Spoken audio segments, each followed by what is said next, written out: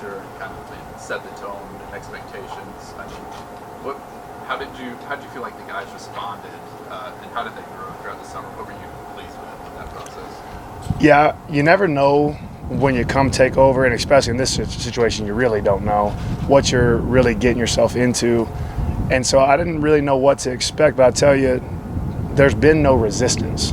And that's what's allowed us to be where we are. And really from a cultural standpoint, that's what I was most surprised about. Because you always figure there's going to be some group, some clique, some form or fashion of resistance. And to the culture specifically, we didn't have any. I'd say I've just been so impressed with these guys. Ultimately, they want to win. And so they're really willing to do whatever that takes. And so we don't have a lot of resistance. We don't have a lot of those behind door, closed conversations about how are we going to get this guy to buy in? What do we got to do? And so it really made the job easy to where it's just we laid it out. We defined it. We demanded it. And we're still ingraining it. And that's a part of the process of only having an 8-week summer. You know, you're not going to get it all done in 8 weeks. So we're still in that standpoint of we got to ingrain our culture right now. But I can't tell you how easy it made it without having resistance, because that's the hard. When you got people battling on the culture, that's challenging, and we didn't have it. And so just being able to get over that hoop pretty quickly, that was by far the biggest thing we had, and that's full credit to these athletes. They've been phenomenal with that. Things we hear a lot just being out there is Coach Life and other coaches saying, talking about finishing and everything. I guess is that something you guys stressed a lot this summer, and why is that such an important part of the approach? Yeah, so I think the words you'll constantly hear in staff meetings and just in coaches and I's conversation is alignment. Everything we do is aligned. Now, the way we train is the same way we practice. Now, if I was training 6 NFL guys in an off season, probably wouldn't train them like that. But to have that consistency and that alignment of when we transition in the weight room, it's the same thing you see out there. Those guys are jogging from the dumbbell racks to the pull-up bar. It doesn't change. And so we try to keep that consistency and alignment with the cueing of finishing, with the cueing of the tempo of the transitions. There's not a lot of things in this program that don't line up from coach underneath, and that's what makes him so special. Is he demands that out of his staff, out of his athletes, and so it really makes following those expectations pretty easy for the guys. Then I wanted to ask too, were there any guys that when you got here started working with athletically had one thing or another to them that just seemed totally special or totally stood out to you? Yeah, I think Kyron Johnson, he's got some things that I haven't seen in my career before, just from a standpoint of running the speeds he runs, and even from a standpoint of projection angles, some of the angles that he can get into, that size, that height, and even that size of 240 pounds is very special. Athletes that big typically can't get in those kind of angles and project the way that he projects. So there's definitely there, but we have a young roster. We are a primarily a freshman and sophomore dominant roster, and we've got a lot of developing to do. And I kind of tell the guys is I'm very excited about where we are, but I am absolutely determined to continue to develop us physically, and that's something that they know that we have to continue to do, and so that even changes the way that we're going to train in season, in camp, and there are some things that we want to get this thing going now, and so we are very determined to get that moving. Coach, sorry, go ahead.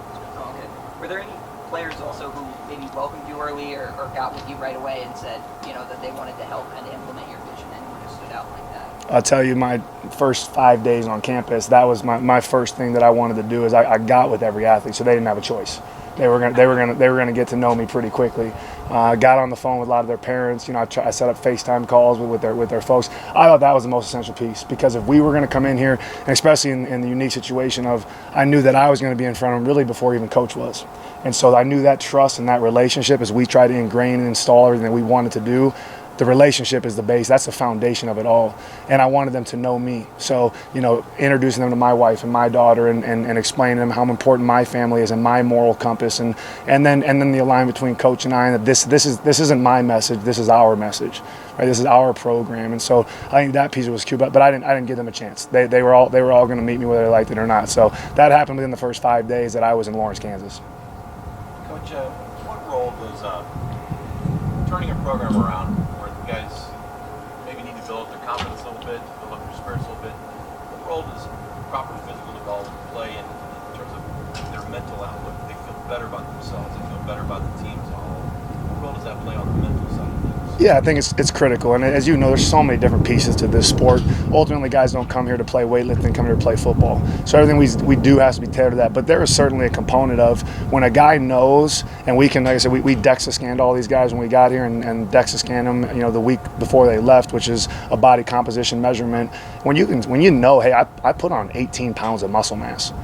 That you walk out of that field with a little different feeling.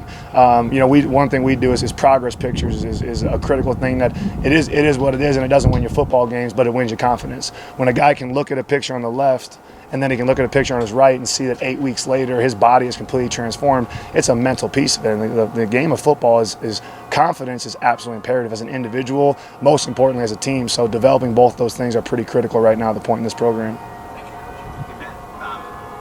You're also pretty involved in the nutrition side of things, which a lot of times strength and conditioning guys are. Can you talk about that? Yeah, so that's why I would never change the way that I came up in this industry. I spent 10 years in the MAC conference or those lower division schools and had to find a way to get it done. So I was forced to wear a bunch of different hats. And nutrition was one of them that always, from the beginning, I knew was something that would separate us, especially in those lower conference, to know that, hey, other schools can't do this financially or they don't try. And so finding those unique ways to get it done forced my hand to really learn it, to get certified, and to start really getting ingrained in that culture of improving nutrition.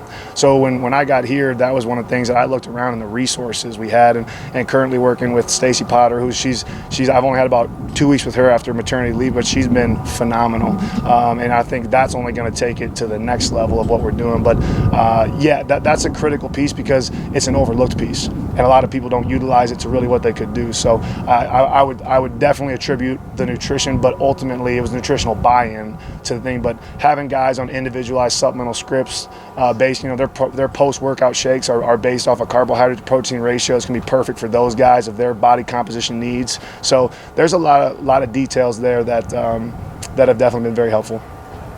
You mentioned a couple days ago the fat loss, the muscle gain, and then the vertical jump. Any of those numbers particularly, you pleased about at this point? Yeah, well, I think for me, the coolest thing to see is you'll normally see some pretty serious gains in younger guys. It's a novelist effect. They'll come, they haven't trained before, so you'll see them have some pretty good gains. But looking at some of our Adagio Lopetti, 17 pounds of muscle mass improved, and then lost 70 pounds of fat mass. That's a fifth year, I think, or 6th year senior. If I'm not saying, yeah, he's a super senior, isn't he? So the difference in that has been incredible. The vertical jumps, having some of those guys who now the previous strength staff, that's why I'll say they did a great job of building a strength foundation, because when we come in, we can focus on power, which really is a piece of why those vertical jumps got up so much. But yeah, seeing a guy like Jalen Daniels put 8 inches on a vertical jump in 8 weeks is incredible. And one thing that we started using is a technology called force plates, which measures the actual amount of force they're putting in the ground. So not only do you see the heights increase, but you see the force production increase as well, which is ultimately what we need to see in the sport. So, it was fun to see. Is Jalen one of the 40-inch guys? So Jalen was short of the 40-inch guys. Amari Pesic-Hickson was a 40-inch guy. Ramel Dotson was a 40-inch guy. Kyron Johnson was a 40-inch guy. I think we had 6 or 7 total of those guys, but I can't remember all the numbers off my top of my head. And I'm not a big number chaser. To me, that's, like I said, it's more the question about the confidence. That's really the main thing. Ultimately, we got to get them to learn how to play football. That's the most important thing. But they see those, and that's pretty impactful for those guys. So, but yeah, they've been phenomenal. Their buy and their work ethic has been incredible. Armaj is probably not a 40-inch guy, but he's helped make him look different for a lot of positive things that are going to help him be a better ball player. Just talk about that transformation. Yeah, I think Armaj, he's a special individual with a very dynamic personality, and ultimately those are the guys that have a lot of influence in your locker room, on the football field, and so getting those guys bought in really quickly is really important. And so we wanted to hit that pretty quickly with him as we got here. But yeah, Armaj lost 27 pounds of fat mass this summer, which is just been incredible to see. And for him, the challenge I have for him is the next conversation is now we're not satisfied with that. That's an accomplishment, but I want 27 more. And so that's the culture we're trying to create here, to understand of that daily process of just keeping on chipping away, and we'll eventually get to that long-term outcome goal. But yeah, that buy into his nutrition, to the extra conditioning that he put in a ton of work, and he earned those results. Just so I'm clear, that's from started? So 27 So- pounds of like. No. So it depends on when. So we had some. It's dependent on. Some guys were spring tested. All the new guys were tested January. So he'd have been 27 pounds since spring ball. Okay. So you're talking, so spring ball times when you would have been 27 pounds for Amaje. And then your guys like Ron McGee, who got here in the beginning of June. That's another example of a guy that put on 17 pounds of lean muscle mass in an 8-week span. So just because of the tricky arrival time, they're kind of those start pieces are kind of different dates. Hey, I know you had a guy of the week. Did you have a guy of the summer? Like when you look back on it, was it like a guy? Yeah, so that's what that Hammer Award is. If you saw that, so that the Hammer Award is that embodies that same thing. So that was Miles Kendrick. So we'll do that, and we only do that in the summertime, and that'll kind of be that. So we have a big gold sledgehammer. We engrave their name on it, and it's like I said, I'm biased, but I think it's the coolest award you can win in the program. What was it about him? Like, what made him stand out? Really, it was what I thought was so incredible is so 2 nights a week we'd have the players do player-led, what we call player-led team tech. So there's a clock run and there's periods, and it's player-led practice, which is tough to do in general, let alone with an offense that you don't even know and a program that you're still trying to figure out.